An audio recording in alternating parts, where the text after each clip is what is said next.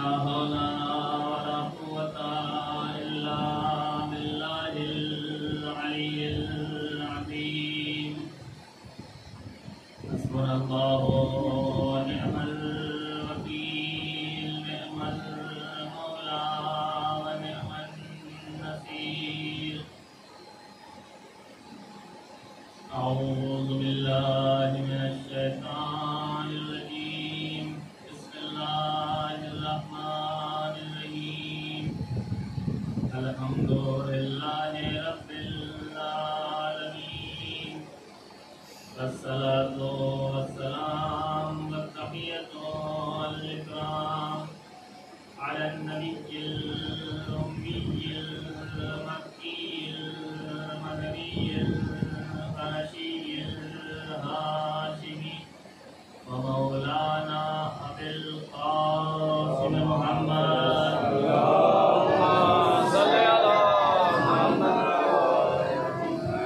وعلى آله الطيبين الطاهرين المعصومين المظلومين المنتخبين المنتجبين الذين أذهب الله عنهم الرجس وطهرهم تطهيرا.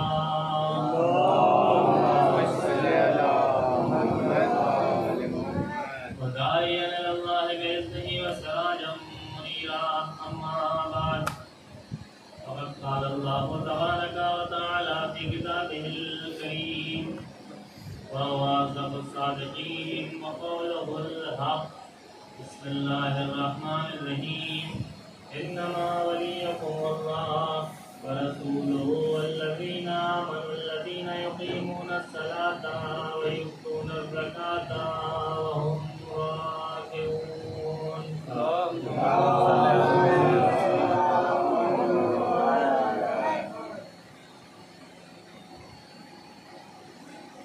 اس آیت کریمہ کے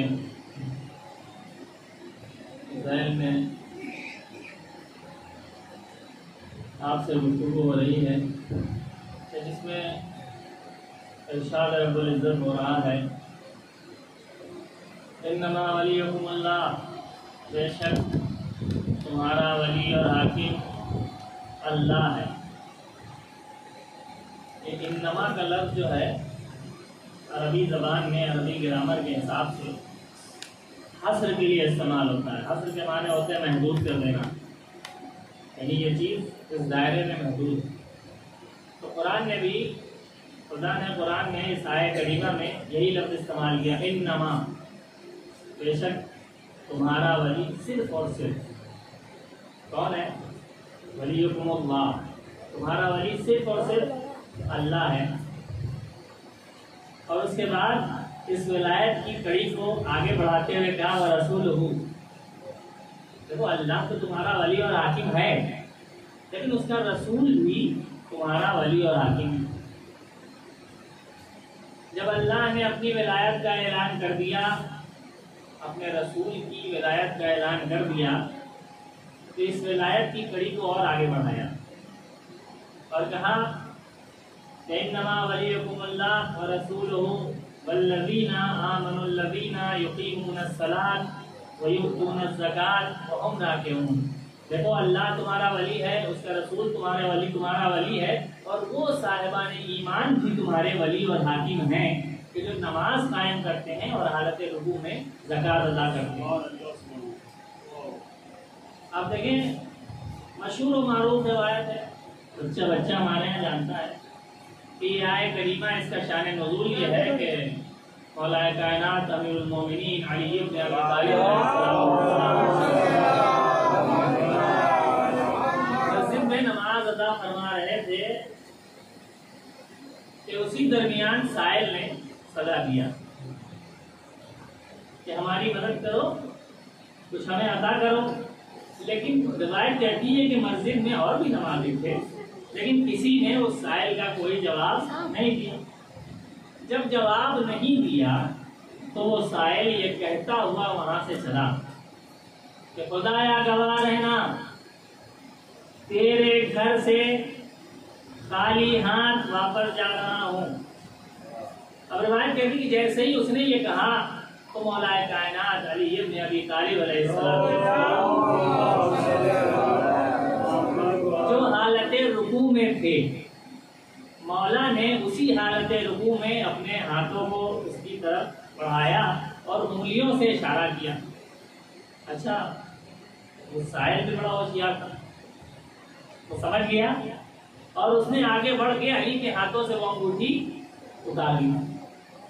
جب اتار لی تو خدا کی طرف سے جبرائیل نبی پر یہ آیت کریمہ علیہ نازل، انما ولیکم اللہ ورسولہ والذین آمنوا الذین یقیمون الصلاۃ ویؤتون الزکاۃ وہم راکعون. وہ صاحبان ایمان بھی تمہارے ولی اور حاکم ہیں جو حالت رکوع میں زکوٰۃ دے نماز قائم کرتے ہیں اور حالت رکوع میں زکوٰۃ ادا کرتے ہیں.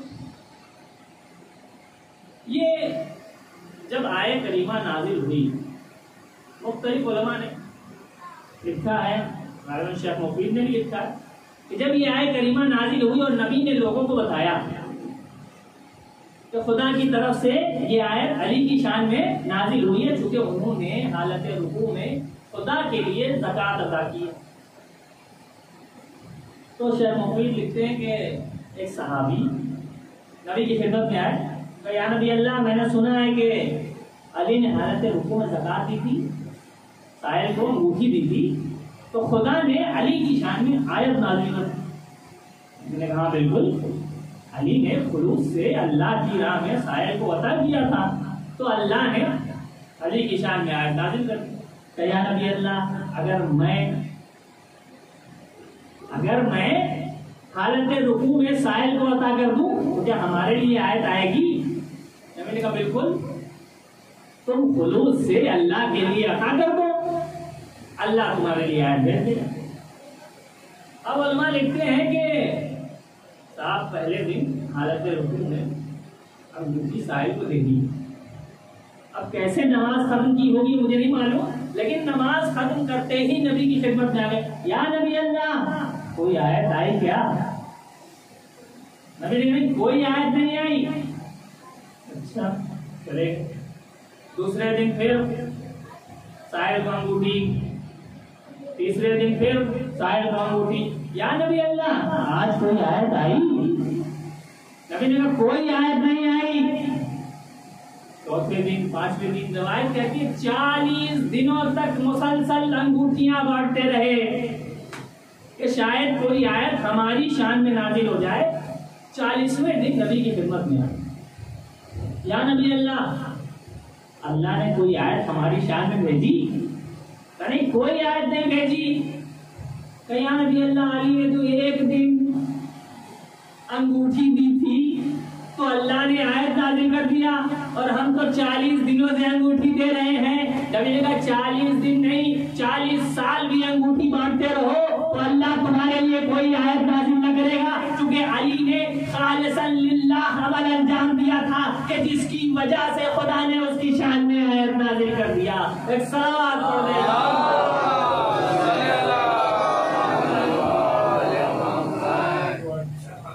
معلوم ہوا کہ یہ آیت کریمہ مولا کائنات علی بن ابی طالب علیہ السلام کی شان میں نازل ہوئی.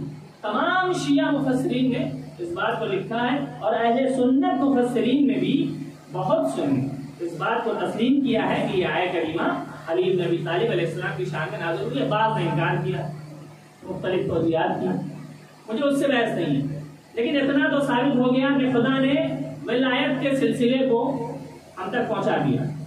دیکھو تمہارا ولی اللہ ہے، اس کا رسول تمہارا ولی ہے، اور وہ صاحبان ایمان تمہارے ولی ہیں کہ جن کی صفات آیت میں بیان کی۔ اب سوال یہ اٹھتا ہے کہ خدا نے جب اپنی ولایت کا اعلان کر دیا تھا تو یہ رسول اور آل رسول کی ولایت کے اعلان کی ضرورت کیوں ضرورت پڑی کہ رسول اور آل رسول کی ولایت کا اعلان کیا جائے؟ اب دیکھیں خدا نے، میں نے پہلے دن سے یہ بات کی کہ خدا نے رسول اور آل رسول کی ولایت کا جو اعلان کیا اور انہیں ولی اور حاکم جو بنا کے بھیجا، اس کا صرف اور صرف ایک مقصد ہے کہ تم کمالات کی منزلوں پہ، یہی مقصد ہے، یہی وجہ ہے کہ خدا نے انہیں اپنا نمائندہ بنا کر ہمارے درمیان بھیجا۔ تو جب خدا نے رسول اور آل رسول کو اپنا نمائندہ بنا کے ہمارے درمیان بھیجا، اور خدا کے نمائندے کی صفت یہ ہے کہ وہ معصوم ہوتا ہے۔ اچھا کیوں ضرورت ہے عصمت؟ کیا ضروری ہے کہ خدا کا نمائندہ معصوم ہو؟ وہ آپ کو نمائندہ بنا دے، ہمیں ہی نمائندہ بنا دے، بنا سکتا ہے نہیں بنا سکتا؟ تو عصمت کی ضرورت کہاں سے آ گئی کہ خدا کا نمائندہ معصوم ہونا چاہیے؟ اس کی وجہ یہ ہے کہ اگر نمائندہ معصوم نہ ہوگا، غیر معصوم ہوگا، تو اس میں خطا و غلطی کا امکان ہوگا، نسیان کا امکان ہوگا۔ ایک صاحب ہمارے پاس آئے، یہ بتائیے اللہ نے صبح کی نماز 2 رکعت واجب کی ہے 4 رکعت؟ شاید 2 رکعت بتائی تھی، یا ہو سکتا ہے 4 رکعت۔ اگر نمائندہ غیر معصوم ہوگا تو خود بھی خطا و غلطی کر سکتا ہے، اور دوسروں کی ہدایت کے بجائے انہیں غلط راستے پہ لے جا سکتا ہے، چاہے انجانے میں لے جائے لیکن لے جا سکتا ہے۔ اس لیے ضرورت ہے کہ نمائندہ معصوم ہو۔ کیوں معصوم ہو؟ اسی لیے قرآن نے کہا صلوات پر محمد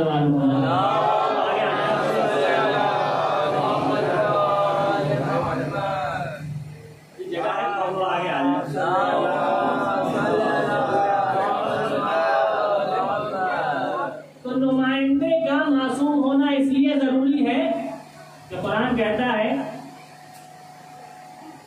لما تقولون ما لا تفعلون، جو تم خود عمل نہیں کرتے تو اس کے لیے دوسروں کو کیوں کہتے ہو؟ یعنی دوسروں کو عمل کا حکم کیوں دیتے ہو جس پہ تم خود عمل نہیں کرتے؟ لہذا نمائندے کا معصوم ہونا ضروری ہے۔ اب یہ عصمت کیا ہے؟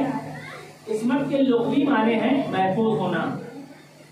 عصمت کے لغوی معنی ہے محفوظ ہونا، یعنی ایک انسان جو اپنے آپ کو گناہوں سے بچا لے، لغت میں اسے معصوم کہا جاتا ہے۔ لیکن شریعت کی اصطلاح میں معصوم ایک عہدہ ہے، توجہ چاہتا ہوں، شریعت کی نگاہ میں عصمت ایک عہدہ ہے، ایک منصب ہے۔ لہذا شریعت کی اصطلاح میں معصوم کسے کہتے ہیں؟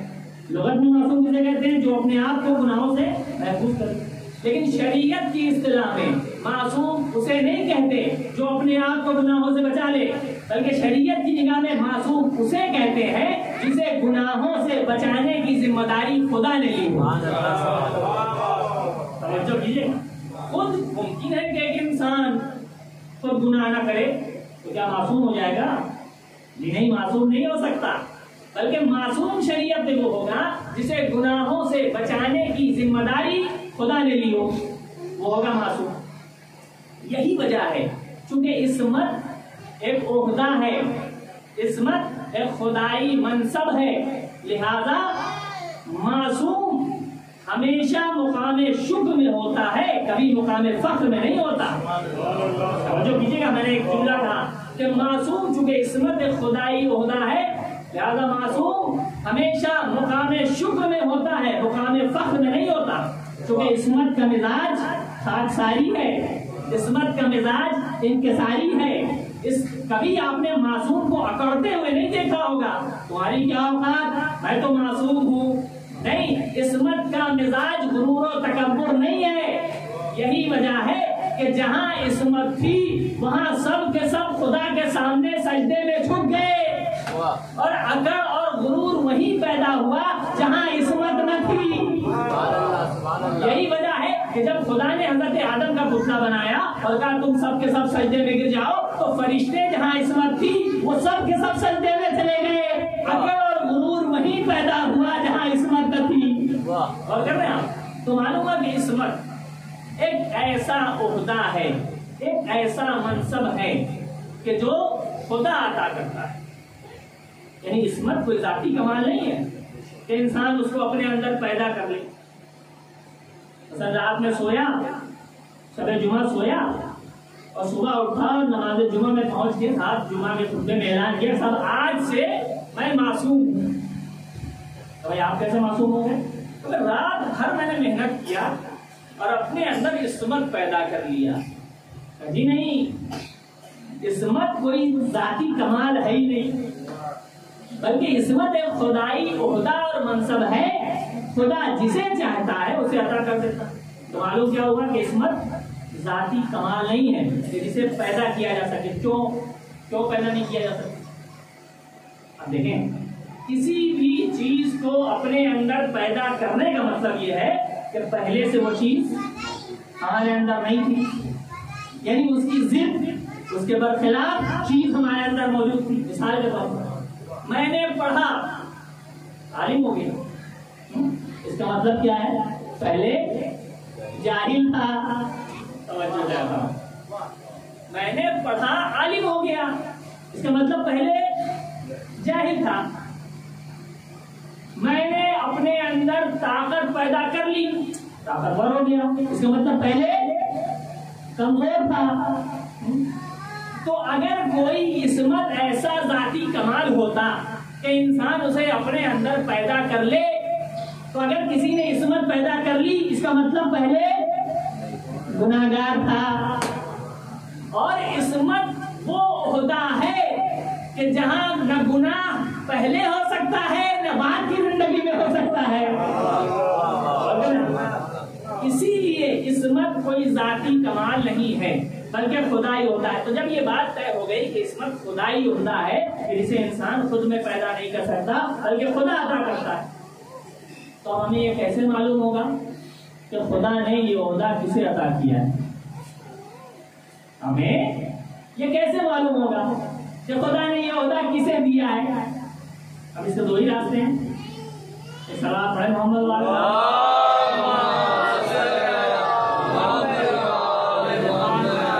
عصمت جب خدا عطا کرتا ہے تو ہمیں کیسے پتا چلے گا کہ اس نے کسے عصمت دی ہے، کسے معصوم بنا کے بھیجا ہے؟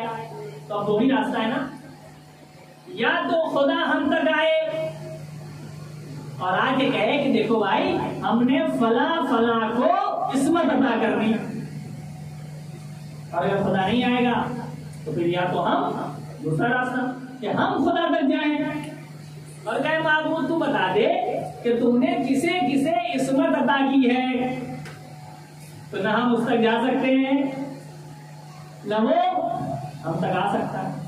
تو اب کیسے پتا چلے گا کہ اس نے کسے معصوم بنایا؟ میں کہوں گا پروردگار، عصمت تو عطا کرتا ہے، معبود تو ہی بتا دے کہ تم نے کسے معصوم بنایا۔ کہ گھبراؤ نہیں، اسی لیے تو ہم نے درمیان میں عہدے اور منصب کو رکھا ہے۔ سبحان اللہ سبحان اللہ۔ ہم جسے عہدے نبوت دے دیں، ہم جسے عہدے امامت دے دیں تو اس کا عہدے نبوت عہدے امامت اس بات کی دلیل ہے کہ وہ معصوم ہے۔ کیوں؟ لا ینال عہد الظالمین۔ کیا بات ہے؟ ارے ہمارا عہدہ کبھی ظالمین تک پہنچ ہی نہیں سکتا۔ سلام پڑھ دیں۔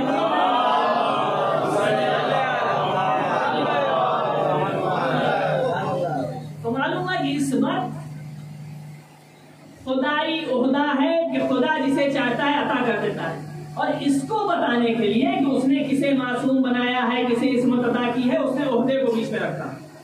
ہم جسے نبی بنا دیں اس کی نبوت اس بات پہ دلیل کہ وہ معصوم، ہم جسے امامت عطا کر دیں اس کی امامت اس بات پہ دلیل کہ وہ معصوم۔ اچھا، اب اگر کوئی ایسا ہو، توجہ چاہتے ہیں، ہم جسے عہدہ دے دیں، ہم جسے نبی بنا دیں اس کی نبوت اس بات پہ دلیل کہ وہ معصوم، ہم جسے امام بنا دیں اس کی امامت اس بات پہ دلیل کہ وہ معصوم. لیکن اگر کوئی ایک ایسا ہو جسے خدا نے نہ نبوت عطا کیا ہو نہ امامت عطا کیا ہو لیکن عصمت عطا کیا ہو تو اس کی عصمت کا اعلان کیسے ہوگا؟ بھائی عہدہ عصمت کے اعلان کی دلیل ہے. ہم جسے عہدہ نبوت دیں وہ دلیل ہے کہ وہ معصوم. ہم جسے عہدہ امامت دیں عہدہ امامت دلیل کہ وہ معصوم. لیکن اگر کوئی ایک خاتون ایسی ہو جسے خدا نے نہ عہدہ نبوت دیا ہو نہ عہدہ امامت دیا ہو لیکن عصمت عطا کیا ہو تو اس کی عصمت کا اعلان کیسے ہوگا؟ اب سمجھے شاید یہی وجہ تھی کہ خدا آیت نبی کے حجرے میں بھی نازل کر سکتا تھا. خدا آیت حسن و علی و حسنین کے حجرے میں بھی اتار سکتا تھا. لیکن عجب نہیں خدا نے کہا نبی کے حجرے میں آیت بھیج کے کیا کروں گا؟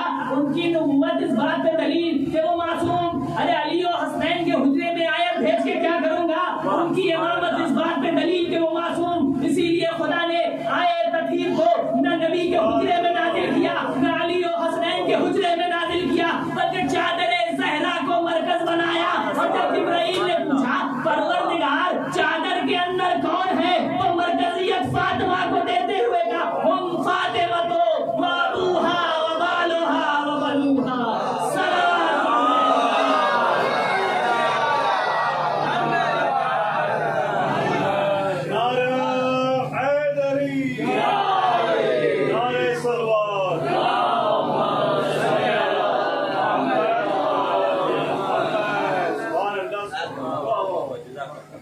معلوم ہوا کہ خدا نے آیت تطہیر کو فاطمہ کی عصمت کے اعلان کا ذریعہ بنایا تھا ورنہ ان کا عہدہ نبوت ان کے معصوم ہونے کی دلیل ان کا عہدہ امامت ان کے معصوم ہونے کی دلیل.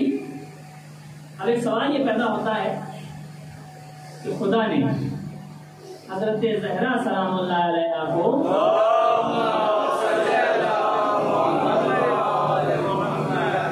نبوت اور عہدہ امامت کیوں نہیں دیا؟ ذہنوں میں سوال ہو سکتا ہے کیوں نہیں عصمت دیا؟ پروردگار نے 1,24,000 انبیاء بھیجے ہم سب پر ایمان لائے. 12 امام بھیجے ہم ان پر ایمان لے آئے. تو اگر خدا حضرت زہرا کو نبوت یا امامت دے دیتا تو ہم انہیں بھی نبی یا امام مان لیتے. لیکن خدا نے اپنی کنیز خاص کو عہدے سے کیوں دور رکھا؟ آپ دیکھیں کسی بھی نظام میں کسی بھی جھگڑے میں دو آدمیوں کے درمیان کسی چیز پہ نزاع ہو جائے جھگڑا ہو جائے تو اس میں 2 نقطے ہوتے ہیں. ایک نقطۂ اتفاق ہوتا ہے جس پر دونوں کا اتفاق ہوتا ہے اور ایک نقطۂ اختلاف ہوتا ہے. مثال کے طور پر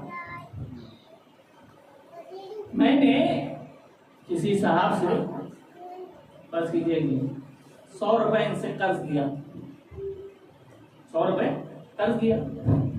اب جب میں یہاں دوسرے دن آج مجلس پڑھنے آیا تو میں نے 50 روپے جیب سے نکالے کیونکہ قرض لینے کے بعد واپس وقت نہیں کیا جاتا یہ میری ایمانداری ہے.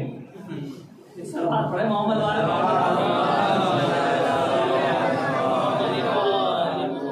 تو 100 روپے میں نے ان سے قرض لے لیا. اب آج جب مجلس پڑھنے آیا تو میں نے 50 روپے جیب سے نکالا اور کہا کہ حضور یہ لے لیجیے. انہوں نے دیکھا کہ یہ کیا میں نے کہا کل آپ سے قرض لیا تھا نا یہ آپ لے لیجیے. کہہ رہے ہیں مولانا طبیعت ٹھیک ہے آپ کی؟ میں نے کہا کیا ہوا؟ کہہ رہے 100 روپے لیا تھا آپ نے اور یہ 50 دے رہے ہیں مجھے.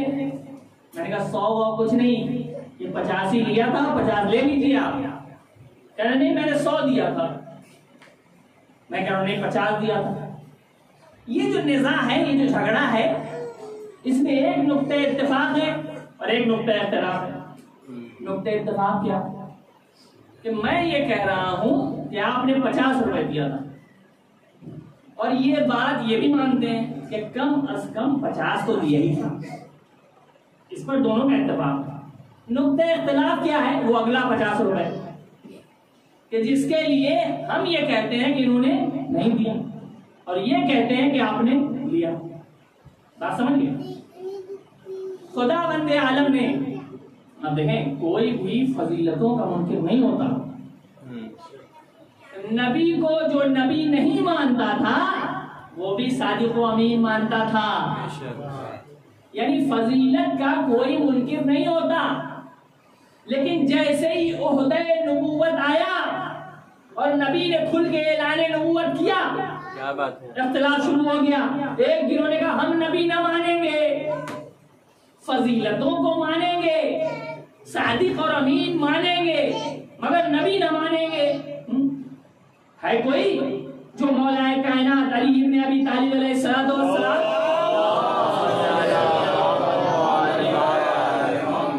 کی فضیلتوں کا انکار کر سکے؟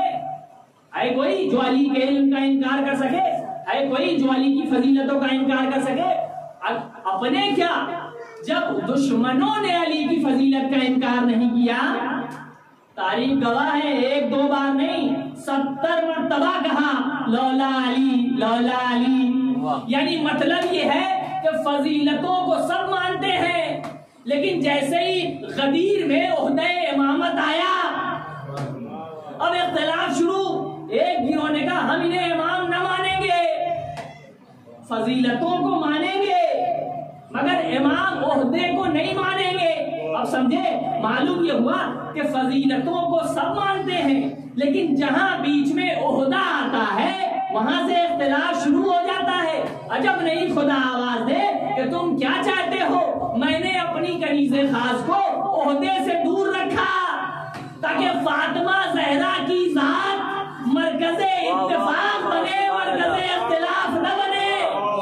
یہی وجہ ہے کہ جب نبوت پہ وقت پڑا تو نبی فاطمہ کو نقطہ اتفاق بنا کے مباہلے میں لے آئے.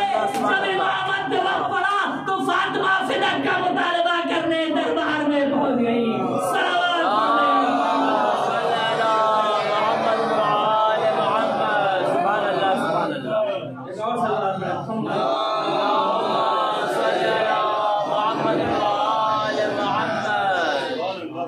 معلوم ہوا کہ خدا نے ان حضرات کو اپنا نمائندہ بنا کر ہمارے درمیان ہے, اور اسی لیے اپنی ولایت کے بعد ان کی ولایت کا ذکر کیا. اچھا ضرورت کیا تھی کہ خدا ان کی ولایت کا ذکر کرے؟ کہتے اللہ ولی ہے, اللہ ولی ہے, اللہ کو تو سب مانتے ہیں, اس میں تو کسی کو اختلاف نہیں ہے, یا اس میں بھی اختلاف ہے؟ بھائی یہی تو ایک ایسی جگہ ہے جہاں مسلمانوں کو اختلاف نہیں ہے. اللہ کو تو اللہ سب مانتے ہیں, آپ مانتے ہیں, ہم بھی مانتے ہیں, سب یقین رکھتے ہیں. لیکن میرا سوال کچھ اور ہے کہ اللہ پہ جو آپ یقین رکھتے ہیں یہ یقین آیا کہاں سے آپ کے پاس؟ کیا بات ہے, واہ سبحان اللہ. توجہ کیجیے گا, کیوں رسول اور آل رسول کی ولایت کا اعلان ہوا؟ اللہ پہ یقین سب کو ہے. اچھا یہ بتائیے, اللہ عقل سے سمجھا جا سکتا ہے یا نہیں؟ عقل سے اللہ کو, آپ کی عقل میں اللہ سما سکتا ہے کہ نہیں؟ مولا کائنات امیر المؤمنین علی ابن ابی طالب علیہ السلام فرماتے ما میزتموہ بأوہامکم فہو مخلوق لکم. جو تمہاری عقلوں میں سما جائے وہ تمہاری مخلوق ہو سکتی ہے, اللہ نہیں ہو سکتا. اللہ عقل میں نہیں سما سکتا. کیوں؟ اس کے کمالات اتنے بلند ہیں کہ وہ اشاروں سے بھی باہر ہیں. توجہ کیجیے گا, میں ایک جملہ کہہ رہا ہوں. دیکھیے 3 چیز ہوتی ہے. سب سے پہلی چیز ہوتی ہے اشارہ. اشارہ کرنا کسی بھی طرح سے, آنکھوں سے اشارہ کیجیے, ہاتھوں سے اشارہ کیجیے, اشارہ اسے کہتے ہیں. سب سے پہلی چیز اشارہ ہے. دوسری چیز کیا ہے؟ تصور. مثال کے طور پر تصور جسے کہتے ہیں, آپ یہاں بیٹھے ہیں, اپنے ذہن میں آم سوچیے, آم کیسا ہوتا ہے, انشاءاللہ سوچ لیا ذہنوں. یہ کیا ہے؟ تصور. لیکن جو تصویر آپ کے ذہن میں آئی ہے کیا حقیقت میں یہی آم ہے؟ جی نہیں, بلکہ جب آم ہمارے سامنے آ گیا, یعنی جو خارج میں ظاہر میں موجود ہو وہ ہے تصدیق. آم اصل یہ ہے. تو معلوم ہوا کہ سب سے پہلے اشارہ ہے, اس کے بعد تصور ہے, پھر کسی چیز کی تصدیق ہے.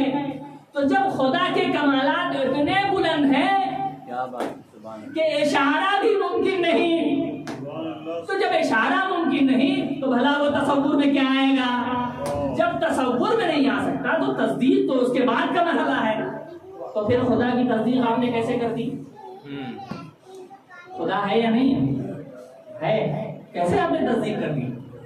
بھائی اس کے کمالات نہ آپ کے اشارے میں آ سکتے، اتنا بلند کہ تصور سے باہر، تو پھر تصدیق کیسے؟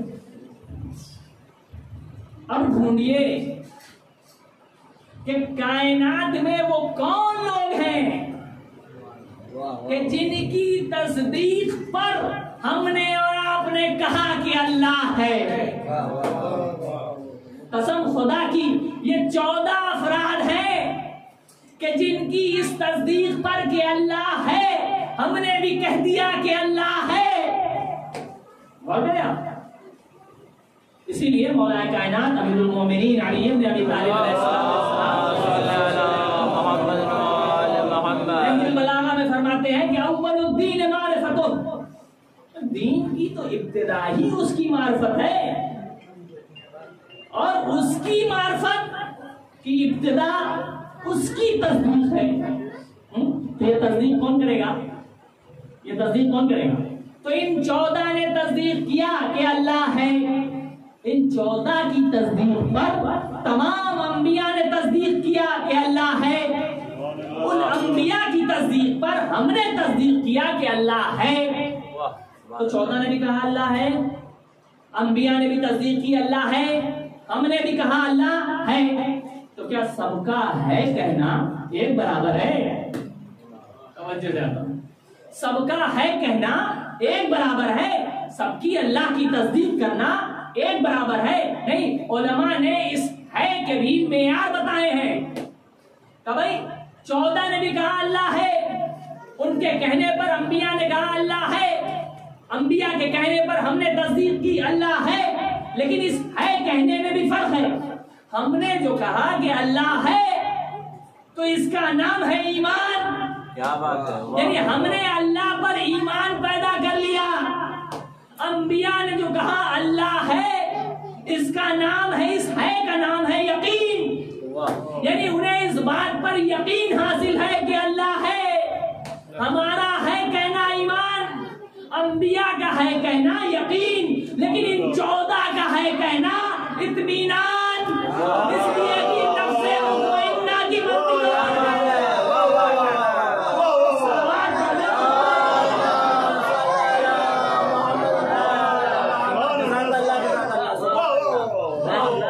ہے تو سب کہہ رہے ہیں، 14 بھی ہے کہہ رہے ہیں، انبیاء بھی ہے کہہ رہے ہیں، ہم بھی ہے کہہ رہے ہیں. اور اس ہے کہنے میں بڑا فرق ہے. ہمارا ہے کہنا منزل ایمان ہے، انبیاء کا ہے کہنا منزل یقین ہے. علماء کہتے ہیں ان 14 کا ہے کہنا یہ منزل اطمینان ہے، چونکہ یہ نفس مطمئنہ کی منزلوں پہ فائز ہیں. تو معلوم ہوا کہ اللہ پر ہمیں جو یقین حاصل ہوا ان 14 کی وجہ سے. سمجھ رہے ہیں کہ ان 14 کی ولایت کا کیوں اعلان ہوا؟ اچھا دوسرا سوال، ایک سوال پڑھیں محمد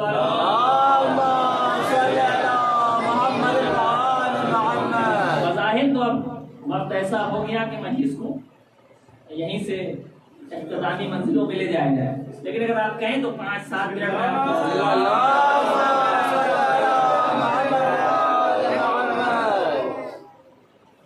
میرا سوال آپ سے یہ ہے کہ اللہ جسم رکھتا ہے؟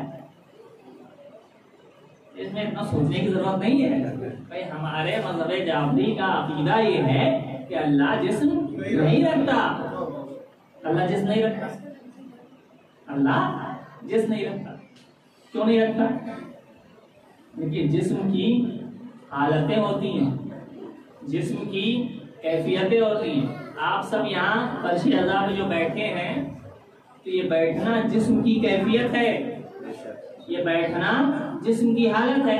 ابھی آپ نوحے میں کھڑے ہو جائیں گے تو یہ کھڑا ہونا جسم کی کیفیت اور حالت ہے. گھر جا کے آپ بستر پہ لیٹ جائیں گے، یہ لیٹنا جسم کی کیفیت اور حالت ہے. مجلس ذرا سی دیر ہو جائے تو چہرے کا رنگ اترنے لگتا ہے. یہ چہرے کا رنگ بدلنا جسم کی کیفیت ہے، جسم کی حالت. ایک انسان کتنی حالتیں بدل رہا ہے، کیوں؟ اس لیے کہ جسم کا لازمہ یہ ہے کہ اس کی کیفیتیں اور حالتیں بدلتی رہتی ہیں. اللہ وہ ہے جہاں کیفیت اور حالت ہوتی ہی نہیں کہ بدلے، اس لیے کہ وہ جسم ہی نہیں رکھتا.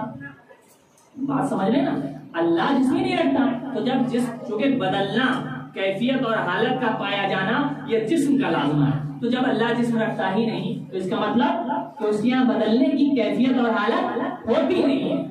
تو جب بدلنے کی کیفیت اور حالت نہیں ہوتی، راضی ہونا، مثال کے طور پر آپ ہم سے راضی ہیں، نہیں بھی ہوں گے لیکن ممبر سے میں کہہ رہا ہوں کہ آپ ہم سے راضی ہیں. یہ راضی ہونا، جب راضی ہوں گے تو مسکرا دیں گے، یعنی نفس آپ کا مجھ سے راضی ہے کہ جس کی وجہ سے چہرے کی کیفیت بتا رہی ہے کہ آپ راضی ہیں. لیکن اگر خدا نہ خواستہ کہہ دیا کہ وضو صحیح سے کیا کیجیے، بڑے بےمان آدمی ہیں، ہر جگہ ٹھوک دیتے ہیں، ہے نہیں؟ تو اس کا مطلب یہ ہے کہ آپ کا نفس اس وقت مجھ سے ناراض ہے، وجہ جو ہو اس وقت ناراض ہے، اور اس ناراضگی کی کیفیت چہرے سے ظاہر ہو گئی. اس کا مطلب یہ ہے کہ راضی ہونا یا ناراض ہونا یہ جسم کی کیفیت ہے نا، جو جسم سے ظاہر ہوتی ہے. اور اللہ جسم نہیں رکھتا، تو جب جسم نہیں رکھتا تو قرآن میں اس نے کیوں کہا رضی اللہ عنہم، اللہ ان لوگوں سے راضی ہے. غضب اللہ ان لوگوں سے ناراض ہے. جب خدا جسم ہی نہیں رکھتا، یہ ناراض ہونا، یہ خوش ہونا یہ جسم کی کیفیت ہے، اور اللہ جسم رکھتا نہیں، تو پھر رضی اللہ کا کیا مطلب؟ اللہ راضی ہے. غضب اللہ ناراض ہے. اے معبود تو جسم ہی نہیں رکھتا. ناراض ہونا اور خوش ہونا یہ تو جسم کی حالت اور کیفیت ہے. تو معبود تو نے کہا رضی اللہ راضی ہے. غضب اللہ ناراض ہے. معبود تو جسم ہی نہیں رکھتا، تو پھر یہ راضی ہونا یا ناراض ہونا یہ تیری کیفیت کیسے ہو سکتی ہے؟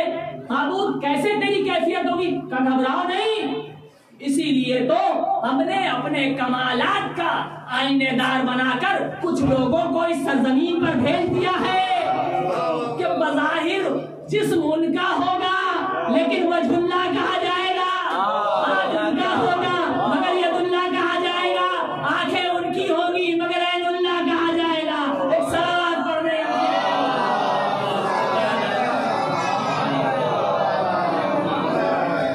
تو معلوم ہے کہ راضی ہونا اور ناراض ہونا یہ جسم کی کیفیت ہے، اور اللہ جسم نہیں رکھتا. تو اب ہم کیسے سمجھیں گے کہ اللہ کس سے راضی ہے اور اللہ کس سے ناراض ہے؟ چونکہ تو کیفیت ہے نا، اور کیفیت جسم سے ظاہر ہوتی ہے. اب سمجھے نبی نے کیوں کہا ان اللہ یغضب لغضب فاطمہ ویرضى لرضاها. اللہ ناراض ہوتا ہے اس سے جس سے فاطمہ ناراض ہو جائے. اللہ خوش ہوتا ہے اس سے، راضی ہوتا ہے اس سے جس سے فاطمہ راضی ہو جائے. اور یہ حدیث ایسی حدیث ہے جسے تمام شیعہ و سنی نے اپنی اپنی کتابوں میں نقل کیا ہے، اور خود عالم اہل سنت نے بھی اسے اپنی کتاب مستدرک میں نقل کیا ہے کہ نبی نے فرمایا ان اللہ یغضب لغضب فاطمہ ویرضى لرضاها. اللہ ناراض ہوتا ہے اس سے جس سے فاطمہ ناراض ہو جائے. اللہ راضی ہوتا ہے اس سے جس سے فاطمہ راضی ہو جائے. تو معلوم ہوا کہ رضی اللہ کہنے سے اللہ کسی سے راضی نہیں ہوتا. اگر چاہتے ہو کہ اللہ راضی ہو جائے تو علی و فاطمہ کو راضی کرو، خود بخود خدا تم سے راضی ہو جائے گا.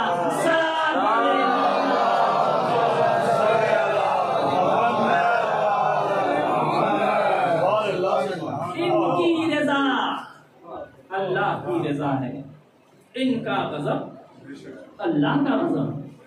یہ اس زمین پر اللہ کے نمائندے ہیں. اللہ نے انہیں چن کے بھیجا، اور جسے وہ چن لے اس میں کہیں خطا و غلطی کا امکان نہیں ہے. چونکہ اللہ نے انہیں اپنے امور کو انجام دینے کے لیے چنا ہے، لہذا ان میں کسی طرح کی خطا و غلطی کا امکان نہیں ہے.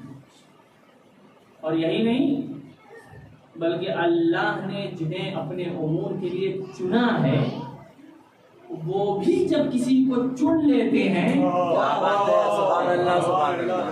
تو اس میں بھی کہیں خطا و غلطی کا امکان ہے. اس کی بہترین مثال دے دوں کہ اللہ کے چنے ہوئے نمائندے جو تو کربلا میں حسین ابن علی اپنے ساتھ چنے ہوئے لوگوں کو لے کے آئے تھے، لیکن اس کے بعد بھی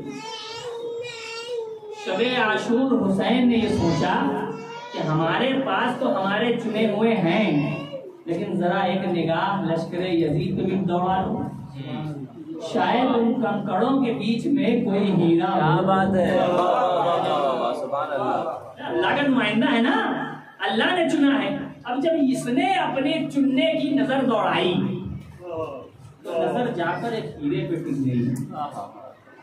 ہاں ایک ہیرا ہے. اب کہا جاتا ہے کہ حسین نے ایک رات کی مہلت مانگی، شب عاشور ایک رات کی مہلت مانگی کہ ہمیں عبادت کرنا ہے، ہمیں مہلت دے دو.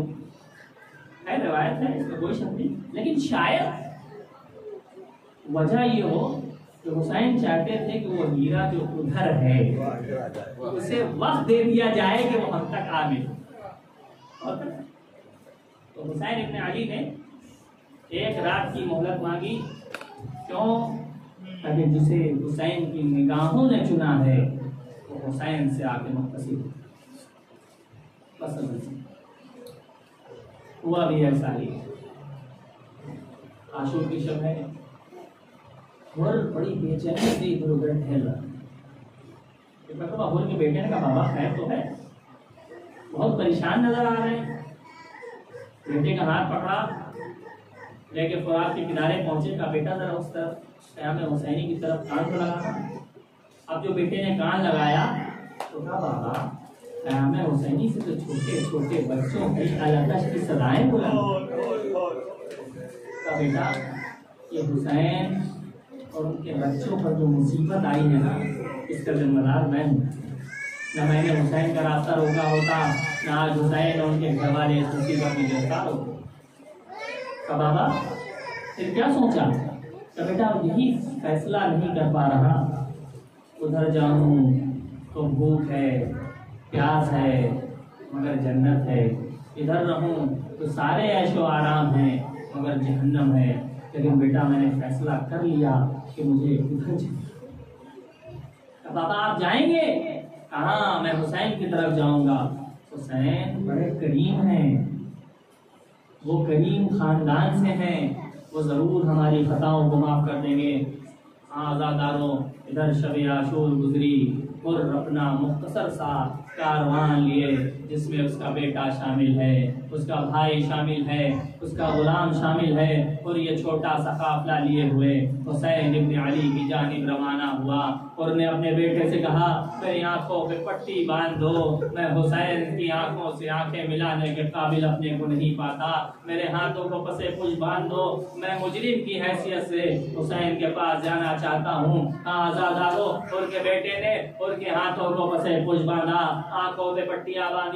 اب ہر اپنے اس مختصر سے قافلے کو لے کر حسین کی طرف روانہ ہوا. ادھر سے حسین نے آواز دی عباس، علی اکبر اٹھو استقبال کرو. ان کا قافلہ جیسے ہی نزدیک پہنچا ان کے بیٹے نے آواز دی اللہ اکبر. کہا بیٹا خیر تو ہے، کیا ہوا؟ کہا بابا ارے عباس ابن علی آپ کے استقبال میں آ رہے ہیں. تھوڑی دیر گزری تھی ایک مرتبہ ان کے بیٹے نے دوبارہ آواز بلند کی اللہ اکبر. اور نے کہا بیٹا اب کیا ہوا؟ کہا بابا غضب ہو گیا. ارے حسین خود آپ کی طرف آپ کے استقبال میں آ رہے ہیں. آزادارو جیسے ہی ہر قریب پہنچا اور نے اپنے کو حسین کے قدموں پہ گرا دیا. کہا آقا ارے کیا ہماری خطا بھی بخشش کے قابل ہے؟ حسین نے ہر کو اپنے پیروں سے اٹھایا، سینے سے لگا لیا. اے ہر ارے تم ایسے موقع پر ہمارے مہمان ہوئے ہو کہ ہمارے لیے ضیافت اور مہمانی کے لیے ایک قطرہ آپ بھی موجود نہیں ہے. آزادارو علماء کہتے ہیں کہ حر نے فوراً کہا مولا آپ مجھے مرنے کی اجازت دے دیجیے. حسین نے کہا حر ارے کیا کوئی اپنے مہمان کو مرنے کی اجازت دیتا ہے؟ کہا اگر مجھے مرنے کی اجازت نہیں دیتے میرے بیٹے کو مرنے کی اجازت دے دیجیے. حسین نے حر کے بیٹے کو اجازت دیا. حر کا بیٹا میدان میں آیا, جنگ کرنا شروع کیا. وہ موقع بھی آیا کہ جب پشتے فرس سے زمین کربلا پہ آیا, آواز دی بابا ارے مدد کو آؤ. جیسے ہی حر کے کانوں میں آواز ٹکرائی حر نے اپنی آستینوں کو الٹا ارے میدان کا رخ کیا. حسین نے بازو تھاما, اے حر ارے کہاں کا ارادہ ہے؟ کہاں کا بیٹے نے مدد کو بلایا. کہے حر ارے کیا کوئی باپ اپنے جوان کے لاشے پہ جاتا ہے؟ میں کہوں گے آقا ارے آپ نے حر کو تو منع کر دیا, مگر اس وقت کیا کیجئے گا جب آپ کا کڑیل جوان پشتے فرس سے زمین کربلا پہ آئے گا, آواز دے گا بابا مدد کو. اے آقا ارے اس وقت کون ہوگا جو آپ کی جگہ آپ کے بیٹے کے ساتھ